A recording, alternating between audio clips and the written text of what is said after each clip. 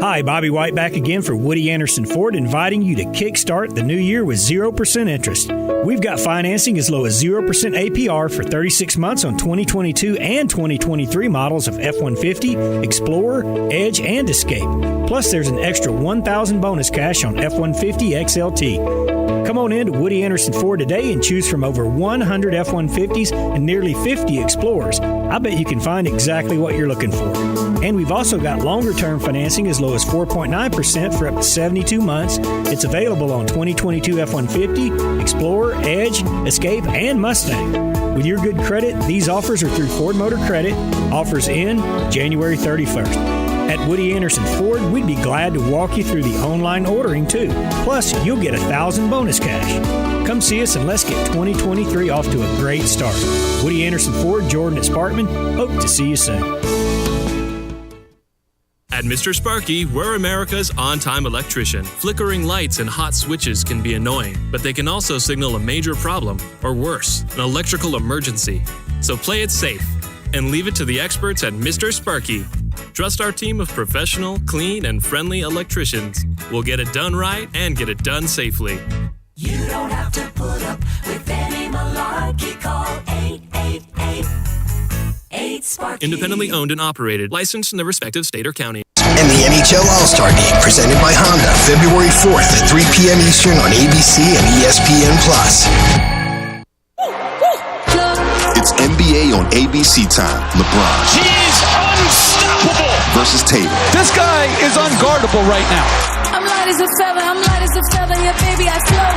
It's hard to look at my resume and not find a reason to toast. I'm counting my blessings, we ain't stressing, just look at this. It's a beautiful time for basketball. It's Saturday prime time, presented by MetaQuest. Lakers versus Celtics at 8:30 Eastern, Saturday on ABC.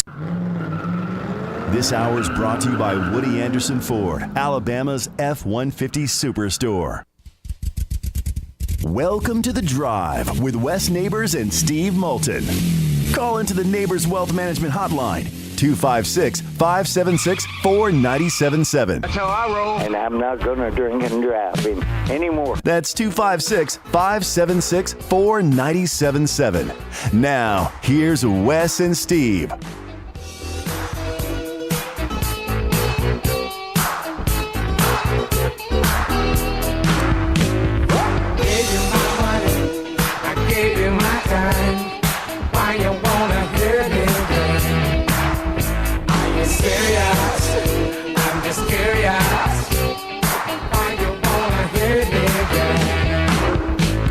Welcome in. We've got you for 2 hours today. Walking you up to Alabama basketball. Crimson Tide at home tonight to Mississippi State. How are you, Wes? I'm doing good. Auburn, incidentally, at home tonight as well. Auburn, a 4-point home favorite. Alabama, an 11.5-point home favorite. Although A&M 13-6 on the year heading into Neville Arena. What is the winning streak there for the Auburn Tigers? Is it up to 800 yet? I think it's the streak's 28. Well, Coach Pearl was asked about that said winning streak, and here's what your boy had to say. Well, I think that making history over a number of years is impactful. That's part of what you're trying to do with a program or a university and teams and everything. Obviously, it speaks to the jungle and the incredible support. It speaks to the sellouts and the Auburn family's commitment and a great environment. But that environment's not going to rebound for us, and it's not going to make shots, and so we're going to have obviously we'll have to continue to be playing our better and better.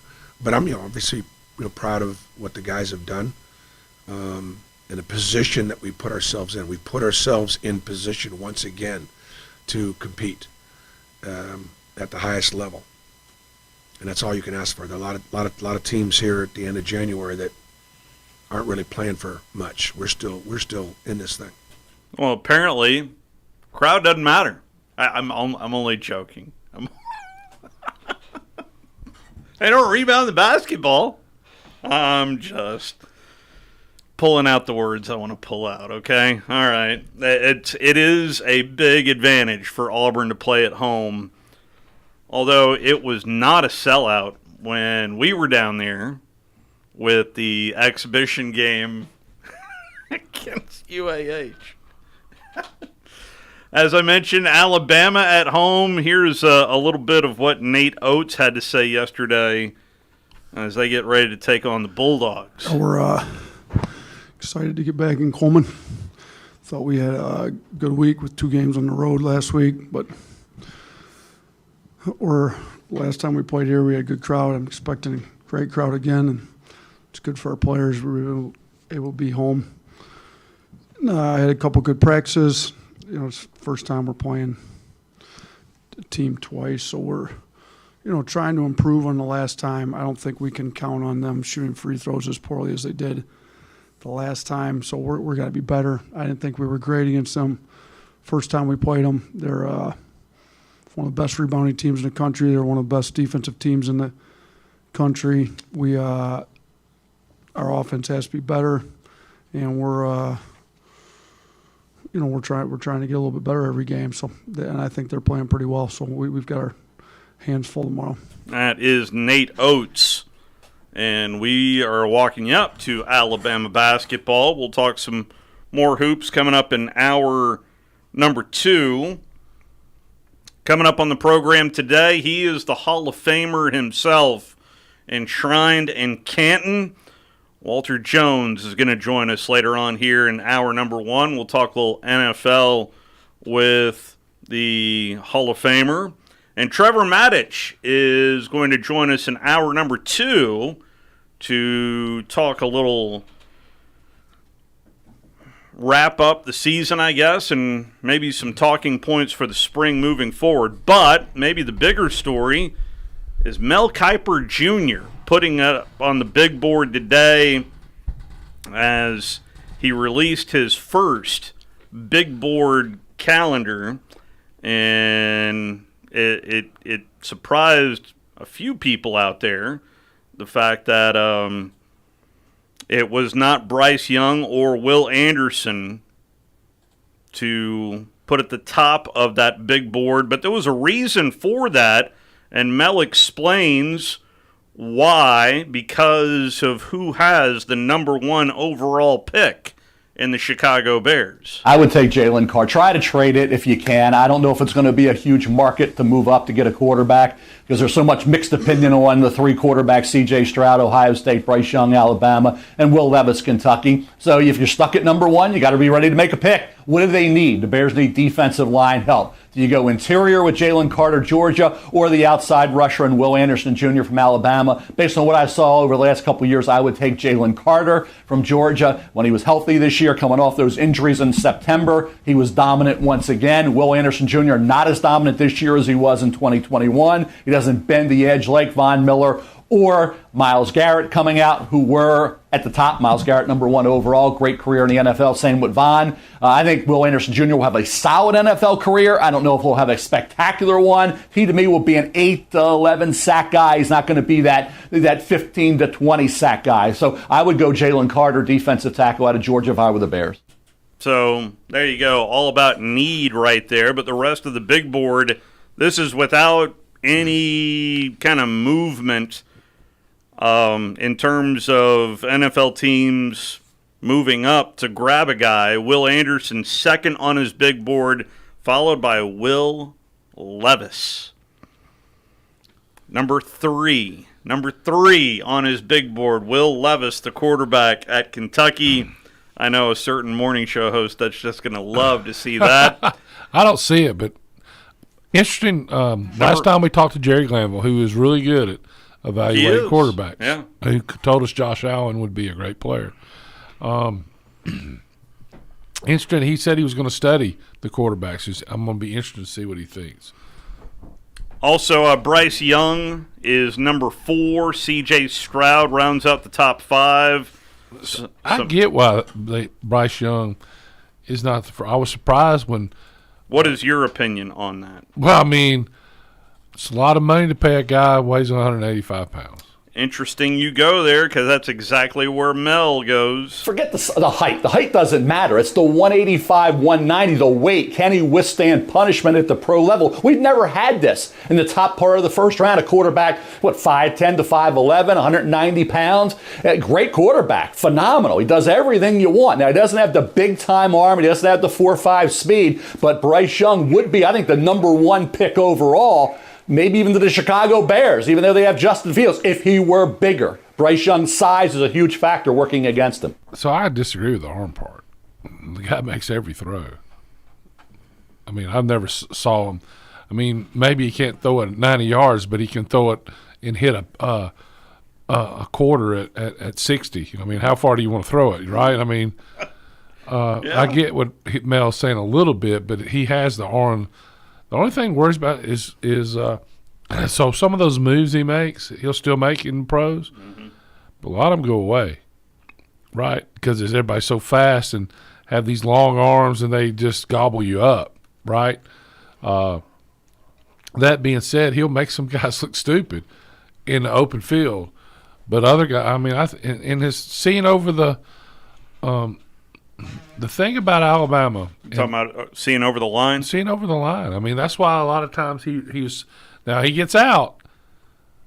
I mean, he's Mahomes made over. When he gets out of the pocket, he has great vision, incredible vision. Can throw it any way he wants to, between his legs, whatever he wants to do. Sidearm, left-handed, it doesn't matter. The guy's a talent, and so it's almost like if you're in the top 10 and you need a quarterback, you have to draft him, though, right?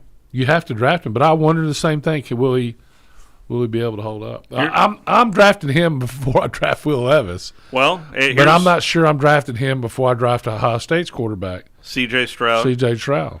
Here's what the Mel man had to say on Will Levis. You got to forget this year. He was banged up. He was beat up. Played behind a horrible offensive line. Go back to 2021 when he had some help. He had Luke Fortner anchoring that offensive line, who did a heck of a job with the Jacksonville Jaguars this year. Darian Kennard was there as well on that O-line. He had Wan'Dale Robinson, who was now a New York Giant, catching the football. So Will Levis, to me, is the guy who may not be the first quarterback taken, but will be the best quarterback out of this draft. And we've seen that over the years. Guys that are the best quarterbacks aren't always the first or even the second quarterback taken in the first round that particular year.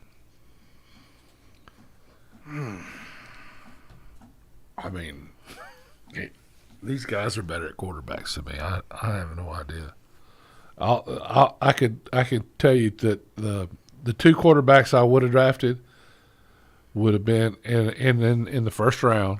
And I'm not saying this. I watched the guy play. It's Tom Brady. How he fell the sixth round, I'll never know. Yeah. But I watched him play against Alabama, and Alabama was about to just boat race Michigan when he came in the game, and he was dropping dimes. I mean, it was unbelievable how good he played in that game. And then I watched Brett Favre come in and beat Alabama, and he wasn't supposed to play in the game. He got out of the hospital to come play in the first game, and he played unbelievable. And I like to add that Patrick Wynn, head of the boys club here, Boys and Girls Club, Boys and Girls Club, blocked a punt in that game also. So, sure did. Yeah, but Brett Favre was incredible in that game. And those two guys I would have drafted. Other than that, I'm not very good at picking. Something I did not know about this weekend's championship weekend is that this is not the first time that Jalen Hurts is playing Brock Purdy. See, as soon as you go outside of the SEC footprint, I'm out. Well, I knew that already. I did not. Of course, he played Iowa State. They all played each other, so it had to be. A 42-41 victory for Oklahoma in what was a bit of a barn burner back in the day. Imagine that. All gas, no brakes there in the Big 12. Jalen had this to say on facing Brock Purdy again. Two different teams, two different times. I remember getting out early, and then had like 5 touchdowns in the first half. I think it was like 35-14 at halftime or something like that, and then they ended up coming back. Kennedy Brooks made a real good run, made it like 42-something. Yeah, it was a good game. Glad we won. Absolutely. He's not worried about that. He said he didn't know much about it. It sounds like he remember every play almost, doesn't it? It does. Yeah. So there is video of Kansas City warming up today, and ESPN has shown it about 13 times this afternoon. So just get ready. When you get home tonight and you turn on Sports Center or you watch a sports show, I'm sure you're going to see it, where they're analyzing how high is he lifting his leg on his warm-ups, and because of the high ankle sprain. But man, I don't know how he's going to play. I don't know. Well, I know one thing he's going to how. Louisiana Lafayette beat Iowa State 31-14 that year. I did not. Yeah. I knew you would know. Yes. But yeah. Brock Purdy had 145 yards in that game. So if you'd like to be part of the program, now's the time to do it at 256-576-4977. Again, Trevor Maddich will be on the program coming up in hour number 2, so stick around for that. And the Hall of Famer himself, Walter Jones, fresh off of a birthday last week. He is going to join us later on here in hour number 1. Mark kicks us off. How are you, Mark? I'm doing great, guys. I really enjoyed the show, and you two guys hosting it. Appreciate that. Thank you. There's a lot of us out here, to look forward to this segment, this time of day, and so I wanted to say that first. I looked up under using 247 or 247 Sports as my source. Bryce Young came in at Alabama at 183 pounds, left at 195. One site got him at 197. Tua, by the way, what do y'all think he came in as? About the same, probably. He's a little taller. About the same, yeah. He's 6'1". He actually came in at 205, but he left at 218. So they both gained exactly the same amount of weight. Now, what that tells me, I guess, that's why I guess I don't buy the guy y'all were talking about, whoever the expert is. Mel Kiper. It was Mel Kiper. Yeah. He's been doing it a minute. But I don't. Here's the thing. I don't. You two. I trust you two on this. All right. And Wes, you played the game. And if you're looking at these two quarterbacks, Tua got hurt a lot at Alabama. Bryce played through injuries, tough, and all that. But in terms of, do you see the weight being an issue when we're looking at 200? I mean, they're going to put some weight on Bryce Young in the pros. Am I correct? It's hard to say. You draft a quarterback in the top 5 picks, you want him to play right away. Yeah. See, that's why it's almost a curse sometimes to be a top 5 pick, because you're going to the 5 worst teams out there unless somebody has a pick from somebody else. Tua's the best quarterback that I've ever seen. He can't stay healthy, though. Mm-hmm. I've seen him do things in practice that are just unbelievable. In scrimmages, I've seen him do it in games. We've seen it, right? Everybody's seen. His arm is as good as anybody I've ever seen. The guy's right-handed, too. That's what gets me. The only thing he does left-handed is throw the football. Think about that for a minute. Anyway, Bryce Young has more escapability. To me, I would be I'd take him second. Houston was going to take him first, so don't be surprised if Chicago's smart, they'll trade their first pick away, get Houston's top 2 picks and trade it to Houston, and then get some defensive help. So, and really. They need some more playmakers also, in my mind. But I need a lot of stuff. Yeah.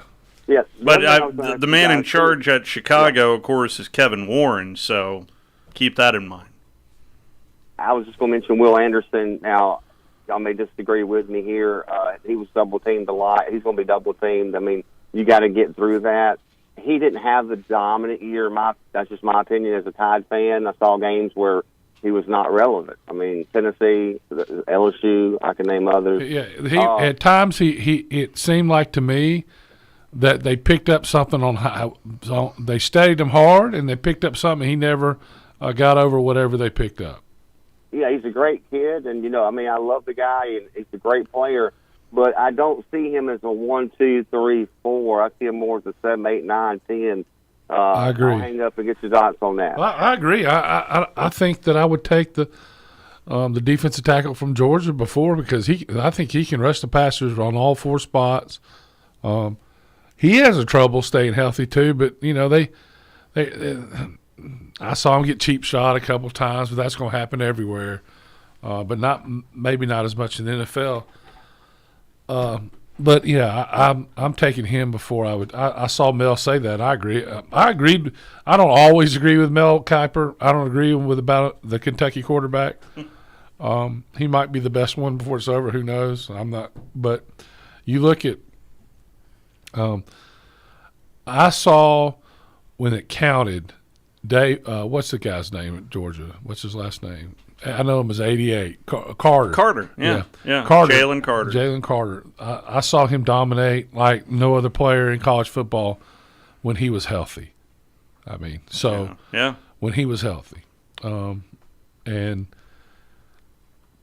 to me, if you want a dominant player on defense, that's who you're getting, in my mind. 256-576-4977. That is our number. Let's take our first break. Phone lines open to you on the other side on this Wednesday. You're listening to The Drive with Wes Neighbors and Steve Moulton on 97.7 ESPN The Zone. Rambo Marine in Hazel Green is your one-stop shop for all things boating. Whether you are ready to surf with the newest Malibu wake boat or cruise on a Cobalt or Barletta pontoon, we have a boat ready for you and your family. Rambo Marine provides exceptional service second to none, so that you are ready to hit the water in no time. Stop by Rambo Marine today. We know boats. Hi, Bobby White back again for Woody Anderson Ford, inviting you to kickstart the new year with 0% interest. We've got financing as low as 0% APR for 36 months on 2022 and 2023 models of F-150, Explorer, Edge, and Escape. Plus, there's an extra $1,000 bonus cash on F-150 XLT. Come on in to Woody Anderson Ford today and choose from over 100 F-150s and nearly 50 Explorers. I bet you can find exactly what you're looking for. And we've also got longer-term financing as low as 4.9% for up to 72 months. It's available on 2022 F-150, Explorer, Edge, Escape, and Mustang. With your good credit, these offers are through Ford Motor Credit. Offers end January 31st. At Woody Anderson Ford, we'd be glad to walk you through the online ordering, too. Plus, you'll get $1,000 bonus cash. Come see us and let's get 2023 off to a great start. Woody Anderson Ford, Jordan at Sparkman. Hope to see you soon. At Bad Daddy's Burger Bar, people call the award-winning burgers totally insane, which is a compliment, because Bad Daddy's Burgers are just that, chef-inspired expressions of pure burger amazingness built with premium Angus beef. They're bold and they're bad. Pair one with one of their signature cocktails or assortment of local craft brews. Bad Daddy's Burger Bar, 2317 Memorial Parkway. Check out our menu and even order online at BadDaddy'sBurgerBar.com.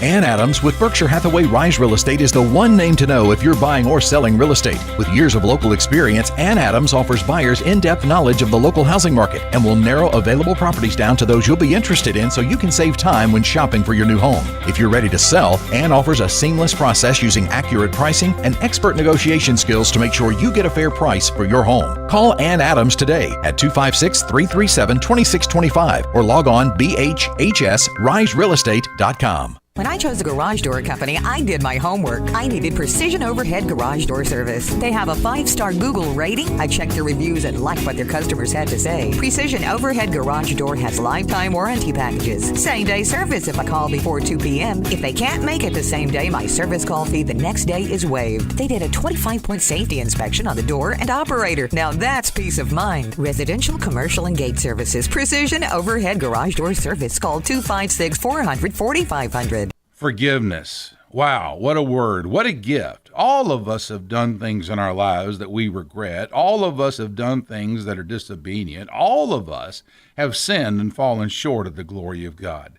Thank God for his forgiveness. Thank God that he separates our sins as far as the east is from the west and remembers them no more. Hey, I'm John Dees, pastor of Cross Point Church, smack dab across the street from the YMCA in Madison. Check us out at cpcfamily.org.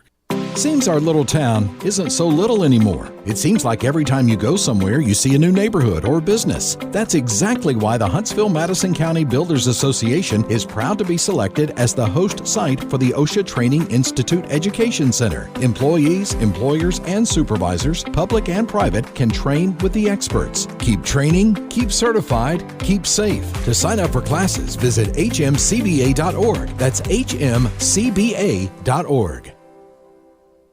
This segment of The Drive is brought to you by Woody Anderson Ford, located online at woodyAndersonFord.com with 2 locations, Hughes Road in Madison and Jordan Lane in Huntsville.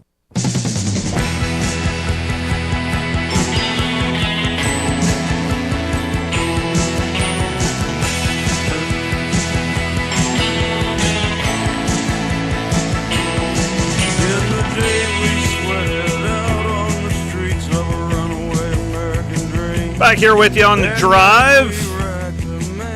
Walking you up to Alabama basketball tonight as they're getting ready to take on the Bulldogs of Mississippi State. Incidentally, Richard Hendricks will be the color analyst tonight, along with Chris Stewart on the play-by-play call. And Mr. Hendricks is going to join us tomorrow to get his thoughts on what he is going to see tonight in T-Town. So looking forward to hearing from our very own North Alabama talent, and he is going to don the headset tonight. So you and Lovechild were... Yeah, I was about to say, Lovechild, yeah, of course, he's a Houston fan. Yeah. And he came up with a good point. Houston has the second pick. Yes. Chicago's not taking a quarterback. Go ahead, Lovechild.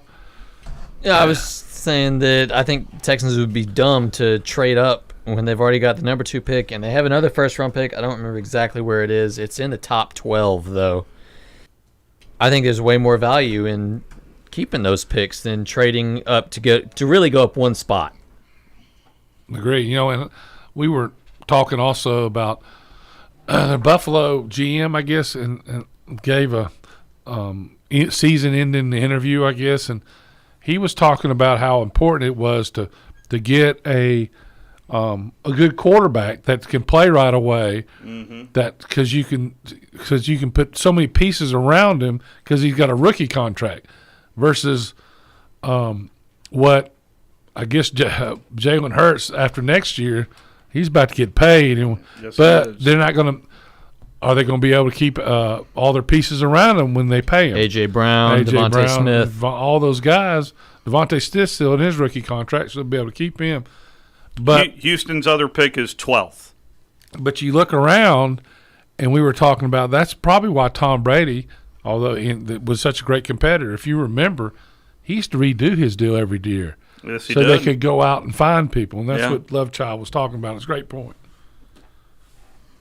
256-576-4977. Incidentally, the draft board has Bears, Texans, Cardinals, Colts, and Seahawks. That is your top 5. Incidentally, Detroit has the number 6 overall pick from the Rams. Then it's the Raiders, Falcons, Panthers, and Eagles. Eagles have a top 10 pick, as they have that from the Saints. What do you think they'll go? What does Mel Kiper say on that? That's a high pick for somebody that has a good chance of winning the whole he thing. did just his top 25 big board. He didn't say this person's going to that player. So in terms of the 10th overall player that he picked is the cornerback from Illinois, Devin Weatherspoon. So I don't know if that kind of lines up. But well, I know the corners for the Eagles are really good now. Yeah. But how old are they? And do you not take, And yeah. are they about to get paid or not? Yeah, exactly. So you never know who they're going to lose. Paris Johnson, an offensive tackle from Ohio State, is number 9 on this list.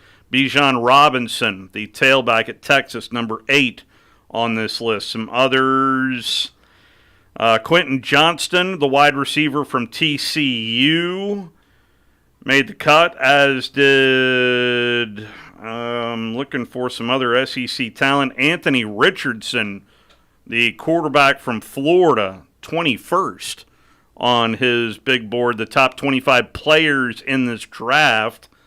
And Broderick Jones, a tackle at the University of Georgia.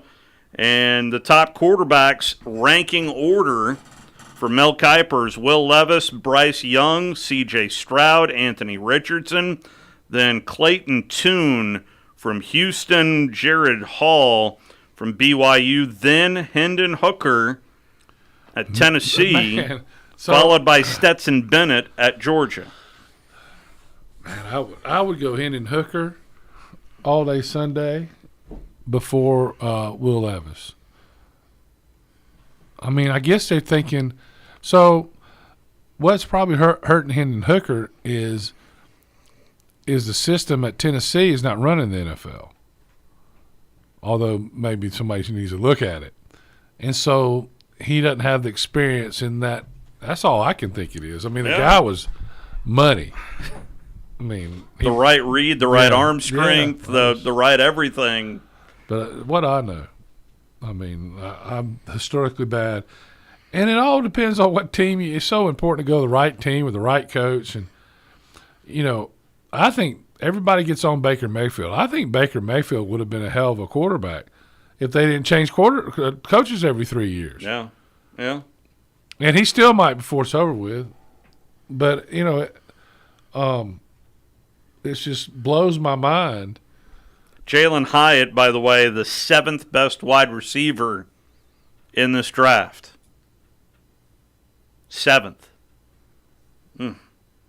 But he's in front of Cedric Tillman, number 8 on this list, of just wide receivers. Not 8th overall player, 8th wide receiver. Tight ends, Darnell Washington is 4th on the list. Cameron Latu is the 8th best tight end, according to Mel Kiper Jr. Offensive tackles, as I mentioned, Broderick Jones from Georgia.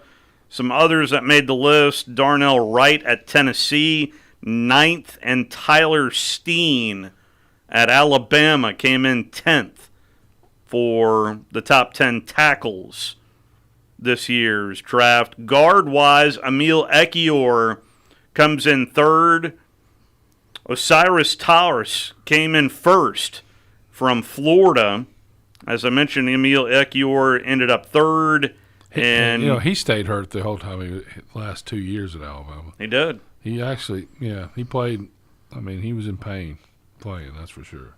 Jerome Carvin from Tennessee is 8th on Mel's top 10 guards list. And center-wise, Jake Andrews from Troy is 7th on this list. He is right ahead of Nick Broker from Ole Miss and Ricky Stromberg from Arkansas. That's your SEC top centers. So, defensive tackles, Jalen Carter, number 1. Colby Wooten from Auburn, number 6 on this list. And Byron Young from Alabama rounds out the top 10 at number 10 for the top 10 defensive tackles. So that's a little taste of what is to come in, a little over 3 months, something like that, of the NFL draft, which is creeping up on us. This just happened. Asa Martin has just enrolled at the University of Troy, or is it Troy University? I always get that confused. Anyway, he's a Trojan. So if I got this right, he went from Auburn to Memphis. Or wait a second. Am I getting him confused with Rock Thomas? No, Rock went to Jacksonville State. No, he went to Memphis. So this is the third stop for Asa. I think it was Miami. You're right. He did go to Miami. Yes, he went to Miami for a minute, literally. Then to Memphis. Then to Memphis. Now he's at Troy. I knew there was a place I was missing.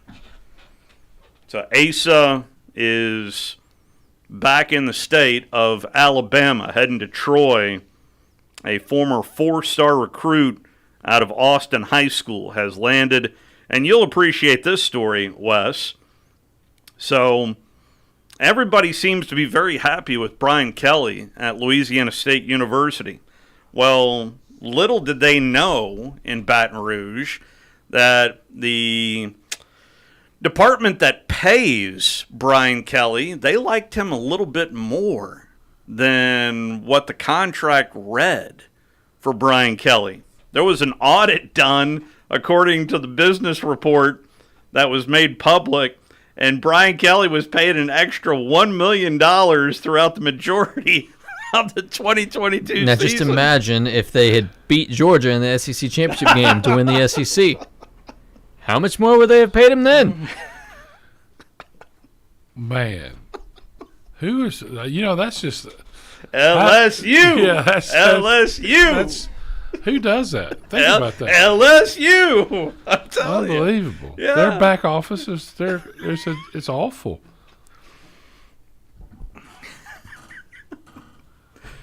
I mean, if anything, I'm expecting another video out of Brian Kelly just going around in circles by himself. Just maybe putting someone in the finance department on that little circle and a little pat on the back. Extra $1 from the finance department there, from the fine folks in Baton Rouge. Let's take our final timeout. We will talk some football on the other side with Walter Jones next. You're listening to The Drive with Wes Neighbors and Steve Moulton on 97.7 ESPN The Zone. There's something most of us fail to think about until something goes wrong, and that's our home's heating system. Hello, friends. My name is Rick Smith. And I'm Cooper Constant here with Environmental Comfort Systems. Heating and air conditioning failures can be one of the most inconvenient and worrisome events in any homeowner's life. That's why we created our Comfort Care Club. Our members receive 2 scheduled maintenance visits per year, working around your schedule and not ours. Regularly scheduled maintenance on your home's heating system helps us find small issues before they become bigger and more expensive issues. Even if you didn't purchase your system from us, our team of well-trained technicians can service and maintain your system, and we're just a quick phone call away. Becoming a Comfort Care Club member is as simple as calling us or visiting our website. Give us a call today. Environmental Comfort Systems, your independently owned American Standard heating and air conditioning dealer. You can also visit us online at envcomfort.com. Is I had a few too many happening too often? Does I'm stopping at 2 drinks become more like 4 or 5? You're not alone. 1 in 7 people struggle with alcohol. Bradford can help. For over 40 years, Bradford's affordable rehab programs have helped people overcome addiction and return to healthy, productive lives. Call 888-SOBER-40 for confidential help 24/7. Start your comeback with Bradford. Call 888-SOBER-40 or visit bradfordhealth.com. Hi, Bobby White back again for Woody Anderson Ford, inviting you to kickstart the new year with 0% interest. We've got financing as low as 0% APR for 36 months on 2022 and 2023 models of F-150, Explorer, Edge, and Escape. Plus, there's an extra $1,000 bonus cash on F-150 XLT. Come on in to Woody Anderson Ford today and choose from over 100 F-150s and nearly 50 Explorers. I bet you can find exactly what you're looking for.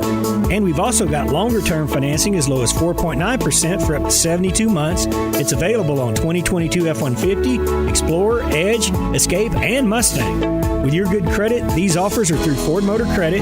Offers end January 31st. At Woody Anderson Ford, we'd be glad to walk you through the online ordering, too. Plus, you'll get $1,000 bonus cash.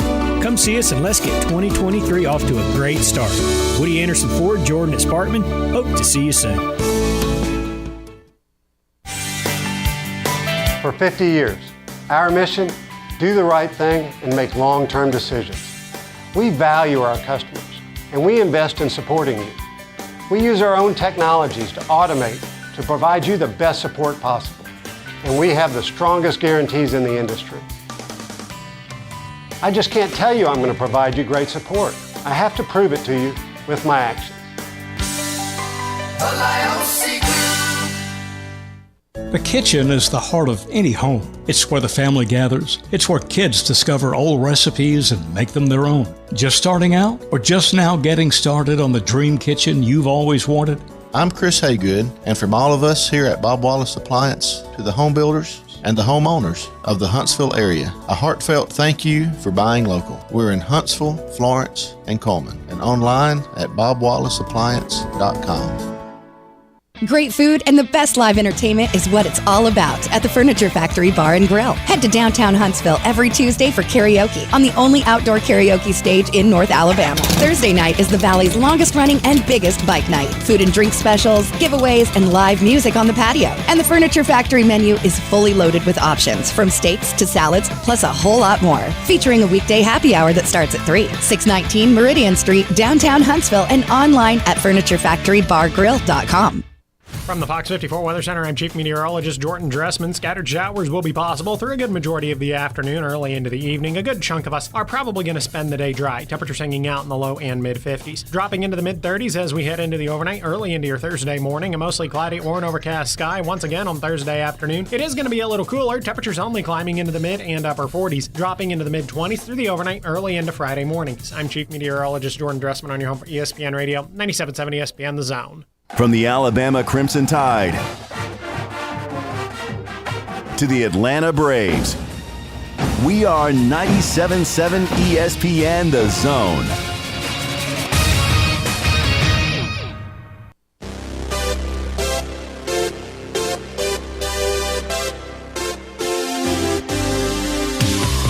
Back here with you on the drive, along with Wes Neighbors. Steve Moulton back here with you. I always enjoy visiting with our next guest.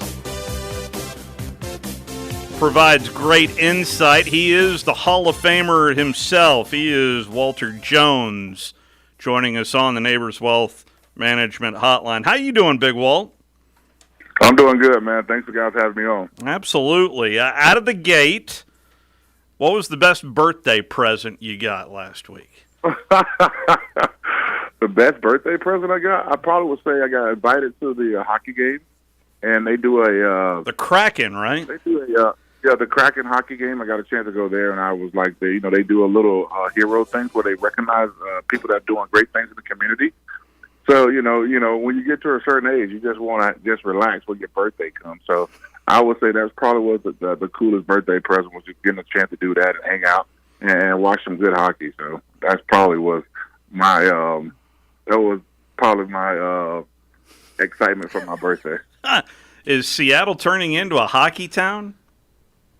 I think so. I think they're turning around, coming off the second year. Last year was their first year, and they already got a great fan base. So, and, going to the games, excited. I think, sometimes, you watch games, and I think hockey is one of those games where you have to go live to see it, to enjoy the entertainment part of the hockey game. Yeah. And so for now, I'm thinking that they're building something that's going to be very special here in Seattle. Can you skate? Oh man, no, man. You know me. You know what we have to do, man. Everything we do, we have to make sure it's big boy friendly. So, yeah. And I know I have a hard time.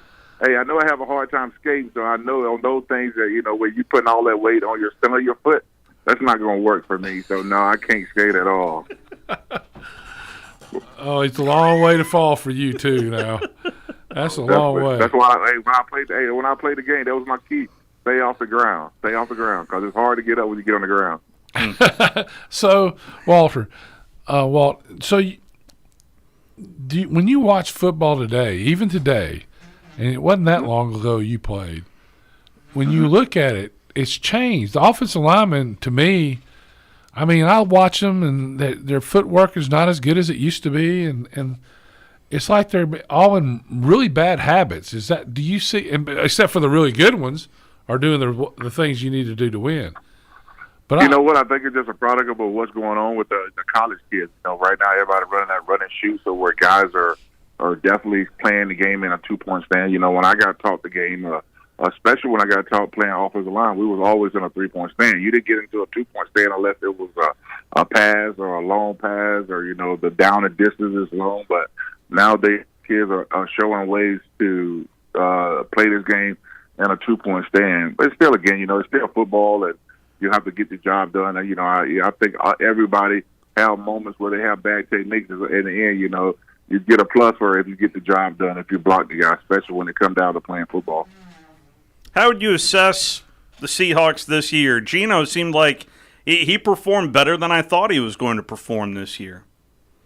I think he did. I think everybody did. You're going into the season, the reports and stuff, and what people predicting what we were going to do because we lost Russell. But, you got to realize that Geno been in this offense for the last couple of years, so you knew that, any backup, they get their opportunity. If they're doing the things they need to do to get ready for the player game, if they was a starter. So now you get that opportunity with Geno, where he's been sitting behind Russell for many years and kind of understand how Pete's wanted to run the offense. And I kind of thought that Geno did that for Pete, showed the way that Pete wants everybody to run this offense.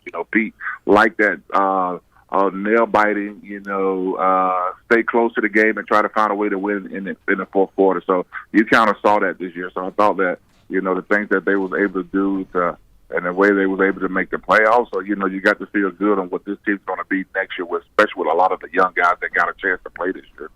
As a whole, was this a successful season? You mentioned getting into the playoffs and taking on the 49ers. Was it a successful year in Seattle?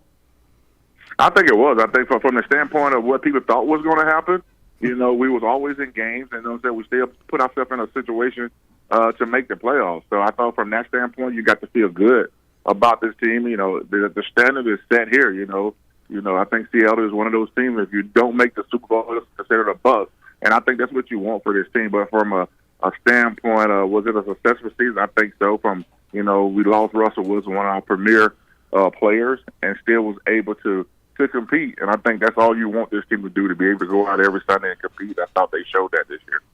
They certainly did. Talking with Big Walt right now, Walter Jones on the Neighbors Wealth Management Hotline, and then there were four. It feels like one matchup looks a little, at least to me, it looks like there's a clear-cut favorite with the Eagles taking on the Niners. Tell me what you think about that matchup, Walt. You know what? You never know. I think you look at how they were trying to see who they wanted to put in the AFC Championship game, and that didn't happen. And I think a lot of times people forget that Cincinnati was in the Super Bowl last year. This team has proven that quarterback has proven that when the lights are the brightest, that's when he shows up. So it's going to be a tough out for them when they go to Kansas City because these guys know how to win on the road. And, Philly, I think still Philly is. It's a team to watch and kind of see how 49ers handle that, seeing what this pretty quarterback's going to do. You see that he haven't played in no tough environment. All the games that he didn't won, that really haven't been a really tough environment. He got the playoff games at home. So now we want to really see, you can tell the true quarterback and what they do on the road. So I think that's going to be a true test for him. But still, again, for me personally, I'm looking at Cincinnati. I think Cincinnati's going to be a tough out. Yeah. And Joe Burrow in particular is we saw quite a bit of him at LSU and what he did in that 1 year. And boy, the game has translated quite well for Mr. Burrow. Oh, totally. I think he's like, he's labeled a nickname as Joe Cool, and he definitely plays the game like that. No matter what's going on through the game, you saw their playoff run last year. They had their mistakes and stuff, but still, again, as long as you got him in the backfield, you got an opportunity to win. So I think, and they feel that way going into Kansas City, that as long as we got this quarterback and we can keep him upright and keep him off the ground, we're going to have an opportunity to win the game. So I'm excited to see what's going to happen in this game on Sunday. What is that like in a huddle with a quarterback that is humming? Where you've got what is the feeling like, be it in a playoff game or a regular season game, of just a guy in control of the huddle? I think it's a great feeling for offensive lineman. Anybody, you want a guy that can walk in the huddle and demand his attention.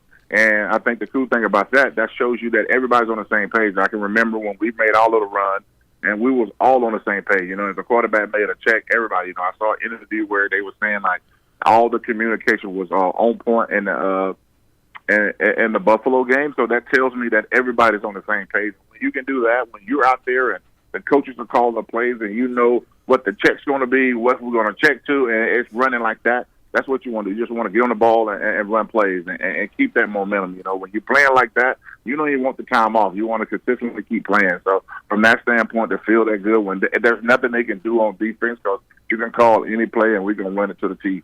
What was the difference between, say, a Warren Moon or a Matt Hasselbeck in the huddle? You know what? I think Warren Moon, just for me personally, for Warren Moon, I was an established player. When I had Warren Moon, I probably was in my first year in the league, my second year in the league. So, you got a proven guy, a guy that you watch as you're growing up. So he demands your attention just by him just walking in the huddle. But with Hasselbeck, coming from Green Bay, he was pretty, an energetic quarterback. Do what he wanted to do, and that offense was great for that West Coast offense. So from a standpoint like that, and he was a homegrown guy. So he was the guy that was going to get us to the promised land, and he was able to do that. So it's just two different types of quarterback, but still, again, great quarterback that can command the huddle and lead a team. The comment made in, I think you know where I'm going to go, in Green Bay in the playoff game of winning the toss and saying, we want the ball and we're going to score. What was the reaction on the sideline? In that moment, I don't think nobody really. I think the only time we talked about it when we got on the plane and like, hey man, did y'all hear what he said? Like, so it was in that moment. We in that game, you got to realize we came back in that game. Hasselbeck out on a little run there in the third and fourth quarter, and we tied the game up. So we was feeling pretty good going into that overtime. But I think everybody feels that if you get the ball. Now they didn't change the rules in the playoff, but still, again, if you score, the game is over. So you had to feel good that we had scored on the last two drives going into that overtime. So I can understand his cockiness, but still, and again, you can't say that on live TV because you're going to see that for the rest of your life if you don't win the game. Well, and here we are talking about it, and yeah, because that certainly did kind of stand out. In that particular performance, but that was a fantastic playoff game. And in Green Bay, it was that as, even though you didn't win, was that as just a cool of an environment to play a playoff game at Lambeau? I think so. Anytime, you got to realize, I played at Seattle, so we didn't have that many playoff games. So just to get into that game, just to be into a game, you know what I'm saying? Because most of the time you're at home watching those games. So for me personally, that just builds the experiment and what it takes to, that's a whole nother season once you get into the playoffs. So for me personally, just to be there. And, I done played in Green Bay multiple times, but still, again, that atmosphere when it's cold and you're trying to get something done. So for me personally, it was awesome. And I think, those losses kind of help you for the next year and the years to come because that teaches you something and you learn, how to make plays and when you got to make the winning play. Talking with Big Walt right now on the Neighbors Wealth Management Hotline, and we're about to know the 2023 class coming up for the Pro Football Hall of Fame, and I see Willie Anderson, the talented offensive tackle with the Bengals, Ravens, and just his kind of Hall of Fame career. I wonder if you I take a look at guys like that who are on the cusp of being Hall of Famers, of kind of joining the parade, if you will, that you're a part of? You know what? I think I do what everybody else do. We don't have a vote in that. So for me personally, I just wait and see. And then once those guys, for me personally, I'm always going to root for the offensive lineman because that's where it all starts at. So any guys can get an opportunity to become a Hall of Famer. It's not about a matter of how is this when you're going to be a Hall of Famer. So I look forward to it. I'm looking forward to this year. When I was playing the game, I never looked at the Hall of Fame. Now getting to see that I played with, guys I grew up with, are making the Hall of Fame. So now it's just interesting to see who's going to get in, what players are going to get in. So if he get in, I'm gonna root for the O-line because we always need O-line. That's interesting. Well, would you like a vote? You think? You know what? I think they ought to get a vote. Honestly, a lot of people ask those questions like, "Do you have a vote?" You would think that somebody that's in we know players and we know what players can do, but I think with players sometimes you can get biased. It's kind of like similar to the Pro Bowl. When you have players vote, you vote for the guys that guys that.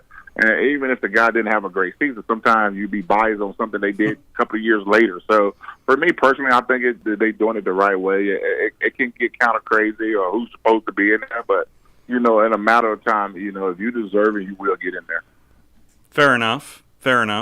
I just because I am a Heisman Trophy voter, and Heisman Trophy winners do get a vote, and it feels like once you put on that jacket, you should be able to vote as well. I think so. I think just a percentage of the vote that'll help out. It's kind of like voting for the Pro Bowl. You get a certain percentage. It's still going to be controlled by the media and the writers and all that stuff. But still, again, I feel like even in the final votes, not just the the top 25. When you get to that final vote, when you're making those five, I'm thinking like, why shouldn't we have a vote to say who should get in, who not? But those guys see those guys, but we play against those guys. We see those guys play games. We know what these guys can do. So I would hopefully think that guys will put the best guy in that deserves to get into the Hall of Fame.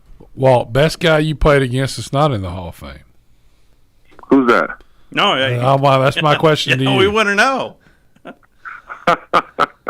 You know what, man? I done played so many guys, man. So it probably so. A lot of times, you talk to guys and when you ask what guy gave you fit, there's always a guy that is not a household name. These guys are still considered professionals. So, I remember a guy named Ray Lee Johnson. I talked about this guy all the time. This guy used to give me fits all the time. So, that's definitely so true. O.C. Uribe, those guys gave you fit. Those guys came out to play. So, yeah, it's definitely guys out there that gave me fits that's definitely not in the Hall of Fame. Yeah. O.C.'s from Alabama. Right? Yeah, I heard that. Yeah, yep. I think he played at Auburn High School. Yep. Nuts. I think the year the Giants won the Super Bowl, 3 of the players were from. And I think Justin Tuck is from Alabama. Justin Tuck is too. From played ball. I think he played at Troy. Yeah, I think so too. It was Jason, and the outside linebacker also was from Auburn High School or somewhere. Okay. I remember. It was shocking and none of them went to Alabama or Auburn. All 3 of the players. Mm-hmm. Yeah. Well, the first name you mentioned, Ray Lee Johnson, went to Arkansas. In fact, he went to Fordyce High School in the state of Arkansas and played for the Chargers and Broncos and list him at 6'3", 272. Can you verify that? Oh, totally, yeah. Totally verify that. So what did he do to give you problems, Walt? Just make it work. You know what I'm saying? I think a lot of time people grade you on stacks and what they do, but I'm just talking about staying focused. Oh, game yeah. throughout, Right. If you slip up anytime or you put your head down, he's going to catch you, or you don't stay strong with your hands, he's going to slap your hands away. He's just going to give you fits. He's going to make you work. He's going to keep you focused in the game and keep you attention throughout the whole game. So for me personally, that's the guy that definitely, I made sure I was on my P's and Q's when I played against him. So ultimately, who you think is going to be heading to Arizona for Super Bowl 54? I got the 49ers and Cincinnati Bengals. I think it's an over rivalry, so I'm looking seeing at the 49ers. I think the 49ers are going to go in and cause some problems for Philly. And that's a great defense, and they know how to handle quarterbacks. But I got Cincinnati. I think Cincinnati's going to make it. It's going to be a close game, but I'm thinking Cincinnati's going to be able to go in there and get that win. They've been in there and did it before, so I'm thinking that, and especially with that quarterback, he's got a limp leg, so it's going to be tough. Now he got to sit in that pocket. And I think a lot of times with him, making him stay in the pocket and being a quarterback, that's when you can, when the game gets tight, where he has to be in the pocket. And so you saw it last year, when things started breaking down, he didn't know what to do. So if you get to the point where the game becomes the game, that's when you can see the true who's the best quarterback. Well, Big Walt, we certainly appreciate the time. Next time you're in town, if it's during hockey season, we'll head over and catch a Havoc game. In fact, I call the Havoc games here, so maybe we can work something out, since I know you're into that hockey thing as well. Oh, definitely, man. I'll let you know when I'm in town. Please do. Thank you, Big Walt. All right, thanks a lot, guys. That is Walter Jones. I want to see him on the skate. Yeah, I was going to say, and I just... So, at one point, this was 2 years ago, they were struggling for numbers of guys, and jokingly, this was not serious, Glenn DiTulio says, "Can you skate?" And I said, "No, Coach, I can't skate." And he said, "You'd be surprised what that stick can do to hold you up." Yes, yeah, until somebody hits you. Yeah. I'd be willing to watch it. He's all about inflicting pain on me here lately. No, I'm not. I want to see you skate. You want to put me on a unicorn floaty on the back of a... Yeah, I'd pay money for it. No, you and Drew both. And now you want to put me on ice. You and Drew both. That'd be fun. It ought to be a charity event. Brought to you by Rambo Marine. Trevor Maddich, he joins us next. At Bryant Bank, we believe your goals are worth chasing, and every step along the way is worth celebrating. From your hopes for the future to the challenges that keep you up at night, we're here for you. Bryant Bankers put care into action to help you live legendary by stepping up when you need us most and doing what's right even when no one is watching. Come experience a local bank whose people greet you by name and treat you like family. Bryant Bank, member FDIC. Tom Luganbill here for my friends at Woody Anderson Ford. Bobby White and his team take great pride in their service department, and you can see it the moment you walk into those beautiful new service lanes. And just like a championship team, they all work together to make sure your experience is second to none, whether you drive a Ford or not. Also, check out the gold certified pre-owned inventory at Woody Anderson Ford for great deals every day. Stop by and see them at Jordan and Sparkman or at Woody Anderson of Madison on Hughes Road, or visit WoodyAndersonFord.com.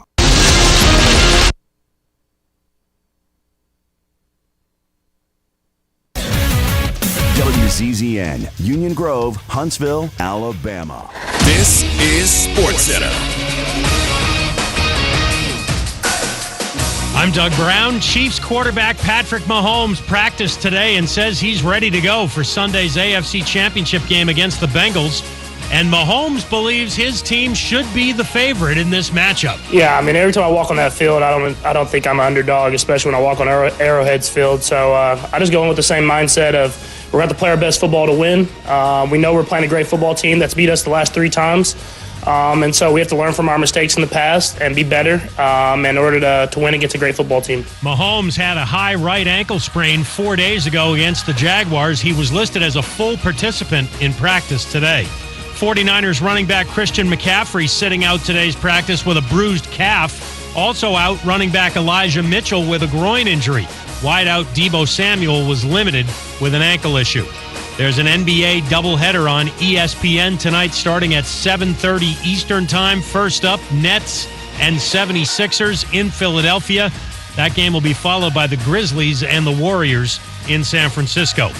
Bucks forward Bobby Portis has a sprained right knee and ankle. He'll be out at least 2 weeks. Portis got hurt Monday night against the Pistons. Indiana basketball coach Mike Woodson is out for tonight's game against Minnesota. He's still recovering from COVID. Associate coach Yasir Rosemond will coach tonight's game for Indiana. Right now, first half. 13th ranked Xavier leads number 19 UConn 28-15. Coming up Thursday, A.J. Brown, Debo Samuel, Jamar Chase, and Travis Kelce. I'll tell you which receiver will have the biggest impact on Sunday's game. Keyshawn, J. Will, and Max, 6 a.m. Eastern on ESPN Radio, ESPN2, ESPNU. 97.7 ESPN The Zone. Welcome to The Drive with Wes Neighbors and Steve Moulton. Call into the Neighbors Wealth Management Hotline, 256-576-4977. That's how I roll. And I'm not going to drink and drive anymore. That's 256-576-4977. Now, here's Wes and Steve. Hour number 2 rolls along. Good conversation there with Walter Jones. We're going to keep things along the offensive line. Heck yeah. That was a good show. Let them talk. Trevor Maddich is kind enough to join us here out of the gate. And knowing what little I know on play-by-play and show prep, tell me, how much prep did you use for the national championship game, Trevor? Well, quite a bit, actually, because you had to look and see what happened in the semifinals. And I had Georgia winning that game and covering 2-touchdown spread just because of what happened in both of the semis. Georgia played poorly against Ohio State, but there were things that were correctable. I mean, I can't remember a Georgia defense playing with such reckless disregard for basic assignments as they did against Ohio State, especially in keeping contained. I mean, there were so many times when guys would be in their pass rush lane, especially on the edge, and then just decide to leave it and go inside. And C.J. Stroud, the Ohio State quarterback, just sort of left the pocket and went out into open space and extended plays. And he had that one 26 or 27-yard run that got him into field goal range at the end because a Georgia defensive tackle got himself blocked out of his pass rush lane on the right side inside, and Stroud just ran right through a gaping open hole. And I figured that those kinds of mistakes would be pretty easy for Georgia to solve. But when you look at TCU, Michigan, not to take anything away from their win over Michigan, but Michigan just lost their mind. They played so poorly. Their coaching decisions were inexplicable. Just one of them as an example, they ended up throwing a deep pass and got the ball on the 1 foot line going in. Now they've got the top offensive line in college football, and it's first and goal literally at the 1 foot line. And the call is a handoff to the fullback who's lined up ahead about 2 yards behind the offensive line. He was leaning so far forward before the snap that I thought he was going to fall down. He had to get his hand up off the ground, take the handoff, and then prepare with the ball secured for the hit at the goal line. And he was a linebacker. He was a former linebacker that they switched over to fullback. He ended up fumbling the ball. He never did get it. He wasn't able to get his hand up off the ground, leaning so far forward in time to secure the ball before he got hit at the line of scrimmage 2 yards in front of him. TCU recovered in the end zone, and that was on first down. What are the coaches doing? You got the best offensive line in the country. Sneak it. Or do a regular handoff. Don't overthink it and do a trick play. There were all kinds of things like that happened, including 2 pick sixes that Michigan quarterback J.J. McCarthy threw that, again, good on TCU for making the play, but they were both horrifically bad plays by the Michigan quarterback. And TCU still won that thing by less than a touchdown. So I figured that, the mistakes that Georgia made to make it a close game in the one semi, Georgia would be able to fix pretty easily.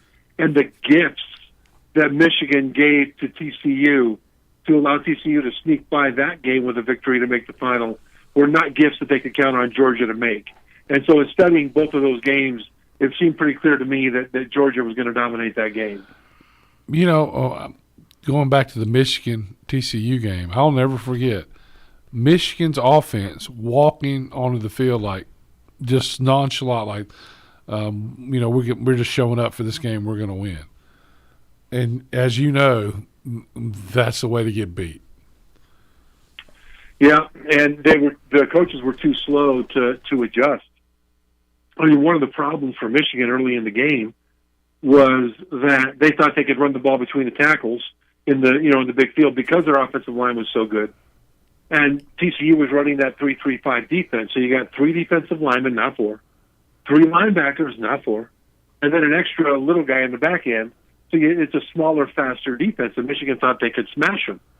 But because TCU was able to come from so many different angles and bust through gaps before the Michigan offensive line was able to come off of double teams, they got a whole bunch of tackles for loss, which created, 3rd and longs for Michigan that turned into punts.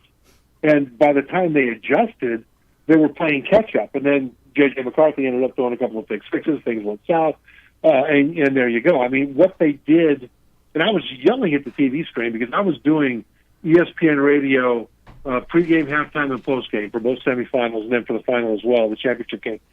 And I'm sitting there in the ESPN radio studio looking at the screen, yelling at the screen when Michigan had the ball. Throw the ball deep down the middle.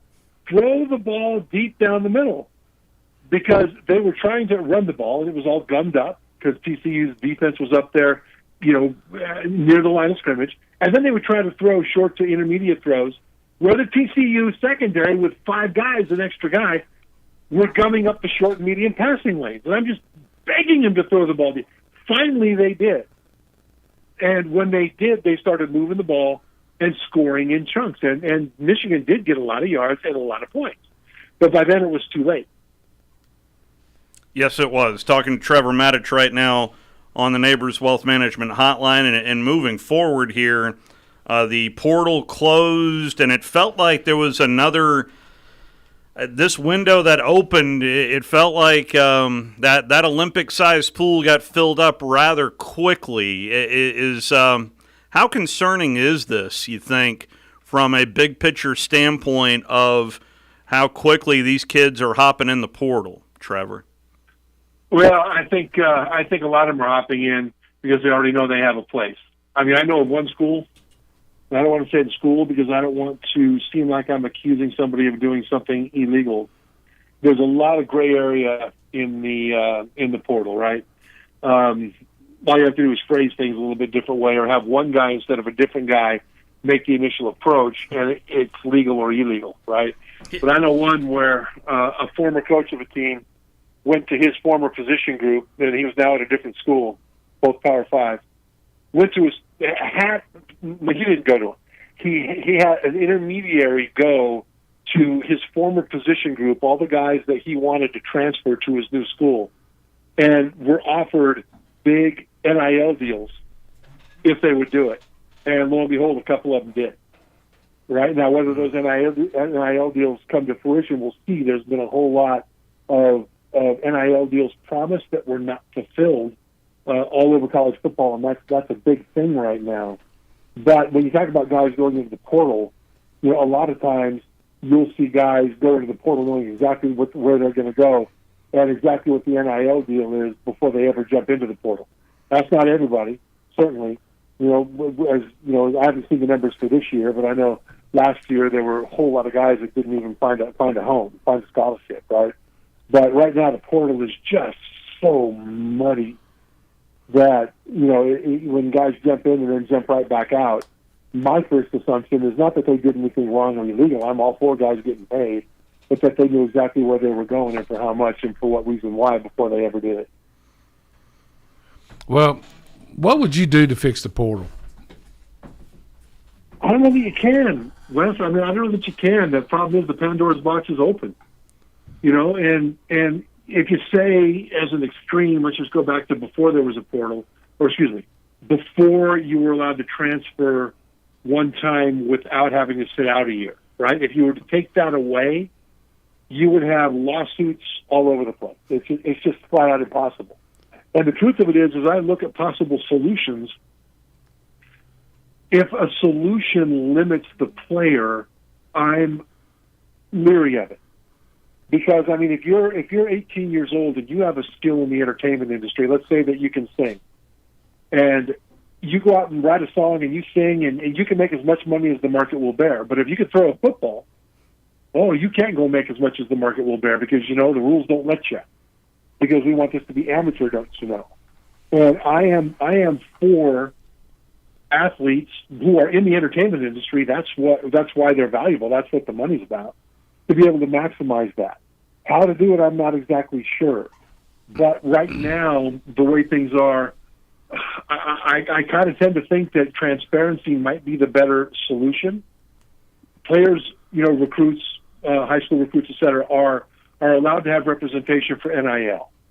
And I just kind of think that you ought to be able to let them have representation like they kind of do under the table now, especially when you look at like college hoops as an example with the AAU coaches kind of representing their players as well. There's all kinds of stuff going on. Just let it come above board and make it like the NFL is. Not with a draft, but that we know that guys are going to get paid to go to certain places. They're going to have representation because they're 18 and it's above their pay grade to be able to understand how these things work. And if it's going to happen anyway, let's try to take away as much gray area and as much under-the-table stuff as we can so we can at least see it. Now, I don't know what that would do, but I know that what it would not do is remove from recruits the opportunity to earn in the entertainment industry what their skill and what their value is and to maximize that. And so that's my first priority. Well, so what I would think is that if they're paying you, which they are now, I mean, the collectives are paying these players. Use Alabama, for example. They're getting $25,000, $30,000, whatever they're getting. They're already getting cost of attendance, which is an extra $2,000 or $1,800 a month more. If you're somebody that fits, you can get a Pell Grant, you're still getting $6,500, $6,800 a semester, whatever that is. Tax-free, you don't have to pay it back. Yeah, so to me, it ought to be a 2-year contract. So, because what I think's happening is basically they're negotiating every year, and so you can't leave for 2 years because a lot of the kids that are leaving, 60% of them aren't landing anywhere. They're hurting themselves, is what's happening with a lot of them. Yeah, and that's part of, I think, how the market's going to shake itself out.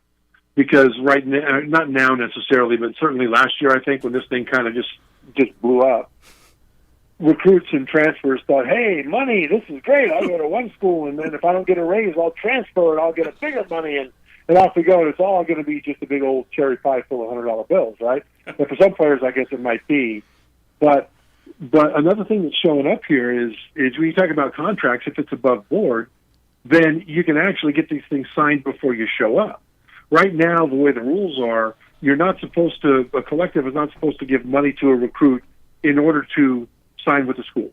They're supposed to be, sign with the school and have the name, image, and likeness that they develop at that school as a player be compensated by the collective. That's the way it's supposed to be, right? But, of course, all you have to do is just, wink, wink, nod, nod, and it happens like the Wild West.